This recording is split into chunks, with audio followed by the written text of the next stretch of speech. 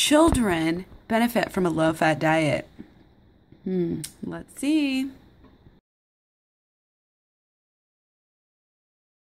It was actually something that I could find, amazingly enough. And they're talking about kids that were diagnosed with hypercholesterolemia. And that just means that these kids have really, really high cholesterol in their blood. What they did in this study was have some that were using an unsupervised dietary treatment, which included apparently low fats. The dietary intakes of the 3 children with nutritional dwarfing were most markedly deficient in total energy, fat, and micronutrients. So it wasn't just the reduction of fat. They were basically starving these kids. Careful monitoring of children receiving modified fat and cholesterol intakes for hypercholesterolemia treatment is mandatory to ensure adequate nutrition. So that's interesting. And, it would be even more interesting if we could get into what those actually are, what those limits actually are. So let's see if we can find out anything, because this study from this abstract, I can't really tell. Okay, well, this is just one thing I found right off the bat here. This is a study, NCBI, U.S. National Library of Medicine, National Institutes of Health, talking about the management of dyslipidemia in children. And this is an actual recent study from 2009.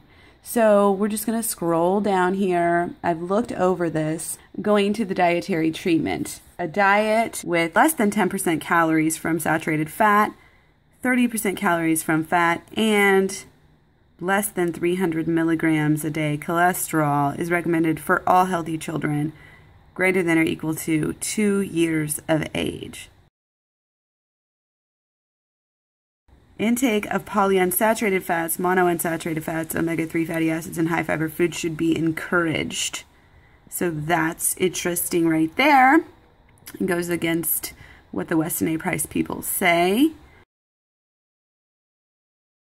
In case this is not successful in achieving cholesterol targets, a more stringent diet plan, AHA Step 2 diet, is indicated. Dairy saturated fat is reduced to less than 7% and dietary cholesterol to less than 200 milligrams per day. No adverse events have been noted on growth, iron stores, nutrition, or well-being over a period of 3 to 10 years. So this is directly flies in the face of what Weston A. Price says. This is current. So let's go to this other page here. This is more of just a American Family Physician article specifically for children with hypercholesterolemia, just like the Weston A. Price people were talking about. So maybe this one will back them up. And they're talking about using the NCEP step diet with the youthful patients. They're recommending that children at high risk of developing coronary artery disease be screened so that those with elevated LDL cholesterol levels can be treated primarily by modification of diet. So again, NCEP Step 1 diet provides calories and nutrients that support normal growth and development, but limits saturated fat and total fat intake to no more than 10 to 30% of total calories, respectively, and cholesterol intake to no more than 100 milligrams per 1,000 kcal per day, of 800 milligrams. So if that goal of reducing the LDL to below 130, that says 130 by the way, not 180, like they're saying, then the more restrictive diet should be initiated. But they're saying the step 2 diet may not provide sufficient calories and nutrients to support normal growth and development.